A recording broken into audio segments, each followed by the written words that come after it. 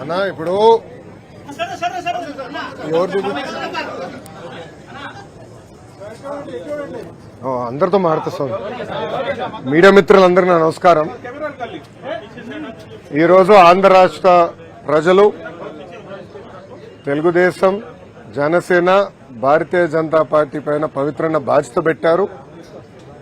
అది దారి తప్పిన రాష్ట్రాన్ని సరైన దారిలో పెట్టేదానికి, ఉద్యోగాలు లేని రాష్ట్రంలో ఉద్యోగాలు కల్పించేదానికి, సంక్షేమ అభివృద్ధి రెండు జోడెద్దుల బండిలాగా తీసుకెళ్లేదానికి ఒక పవిత్రమైన బాధ్యత మాకు ఇచ్చారు. ఆ బాధ్యతను నెరవేర్చడానికి ఆర్నిసలు మేము అందరం కష్టపడతాం, కలిసిగట్టుగా పనిచేస్తాం. ఆంధ్ర రాష్ట్రానికి పూర్వ వైభవం తీసుకొచ్చే బాధ్యత ఈ మూడు పార్టీలు కలిసిగట్టుగా చేస్తాయని ఆంధ్ర రాష్ట్ర ప్రజలందరికీ నేను ఈరోజు తెలియజేస్తున్నాను. ప్రత్యేకంగా మంగళగిరి నియోజకవర్గానికి వచ్చేగల 1985 తర్వాత మంగళగిరి నియోజకవర్గం పైన పసుపు జెండా ఎగరలేదు. తెలుగుదేశం, జనసేన, భారతీయ జనతా పార్టీ నాయకులందరూ కృషితో ఈరోజు 91,000 పైచిలుక మెజార్టీతో నేను గెలుస్తాం జరిగింది. ఇది ఈరోజు నాకున్న సమాచారం మేరకు ఆంధ్ర రాష్ట్ర చరిత్రలో 3వ స్థానంలో ఈ మెజారిటీ ఉంది. ఈ ఎన్నికల్లో అన్ని రికార్డులు సృష్టించింది తెలుగుదేశం, జనసేన, భారతీయ జనతా పార్టీ కూటమి. మొదటి స్థానంలో పల్లా శ్రీనివాస్ గారు, మా గాజువాక నాయకుడు, శాసనసభ్యుడు 95,000 మెజారిటీ గెలిచాడనేది నాకు సమాచారం. రెండో స్థానంలో గంటా శ్రీనివాసరావు గారు భీమిలి నియోజకవర్గంలో దాదాపు 92,000 మెజారిటీ గెలిచారని, నేను మెజారిటీలో 3వ స్థానంలో ఉన్నాను. ఆనాడు చంద్రబాబు నాయుడు గారికి అన్నగా భావించే పవన్ అన్నకు కూడా హామీ ఇచ్చాను. ఎవరు ఊహించిన మెజారిటీతో నేను మంగళగిరి గెలిచి కానుక కింద ఈ సీట్ ఇస్తానని హామీ ఇచ్చాను. ఆ హామీని నిలబెట్టుకున్నా. దాని వెనకాల ప్రజల ఆశీస్సులు నాతో ఉన్నాయి, దేవుడు ఆశీస్సులు నాతో ఉన్నాయి. ఇంత మెజారిటీతో గెలిచిన తర్వాత మా పైన బాధ్యత పెరుగుతుంది, ప్రత్యేకంగా నా పైన బాధ్యత పెరుగుతుంది.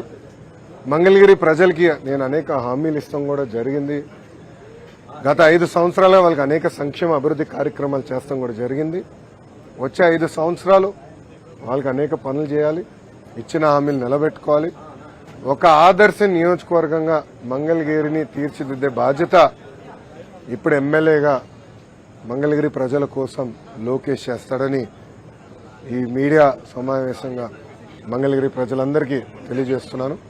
ఇప్పుడు మీడియా మిత్రులకి ఏమైనా ప్రశ్న ఉంటే దానికి ఒక్క నిమిషం అండి. మీడియా మిత్రులకి ఏమైనా ప్రశ్న ఉంటే ఇప్పుడు అడగాల్సిందిగా కోరుతున్నాం. ఇప్పుడు అడగండి.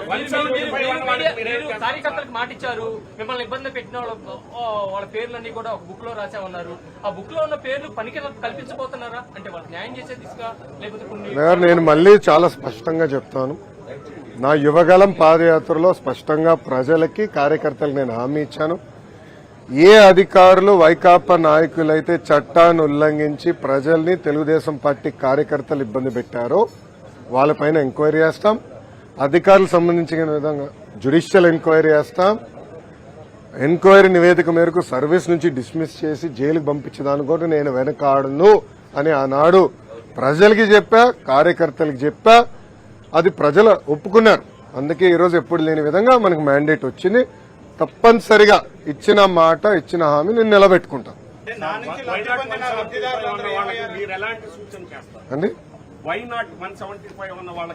నేను వైకాపా, దయచేసి వైకాపా నాయకులకి, పార్టీకి సూచించే స్థాయి నాది కాదు. మేమేం చేస్తాం చాలా స్పష్టంగా చెప్పాం. కక్ష సాధింపులు, హెరాస్మెంట్లు, ప్రభుత్వ ఆస్తులు ధ్వంసం చేస్తాం, ఇది మాకు రాదు, మేము చేయం. ఇదంతా ఆ పార్టీకి తెలిసింది. అందుకే ప్రజలు ఈరోజు ఇలాంటి మ్యాండేట్ కూటమికి ఇస్తాం జరిగింది. సో మాకు ఇచ్చిన మ్యాండేట్ నిలబెట్టుకోవాల్సిన అవసరం 3 పార్టీలపైన ఉన్నాయి. ఎందుకంటే ఆంధ్ర రాష్ట్ర చరిత్రలో ఎవరికి రాని మ్యాండేట్ మాకు వచ్చింది, ఎవరికి రాని మెజారిటీలు మాకు వచ్చినాయి. ఆ బాధ్యత మేము నిలబెట్టుకోవాలి. ఉందాతనంగా ప్రజలకి సేవ చేసే దిశగా మేము పనిచేస్తాం. ఇచ్చిన ప్రతి హామీ నిలబెట్టుకునే బాధ్యత మేము తీసుకుంటాం.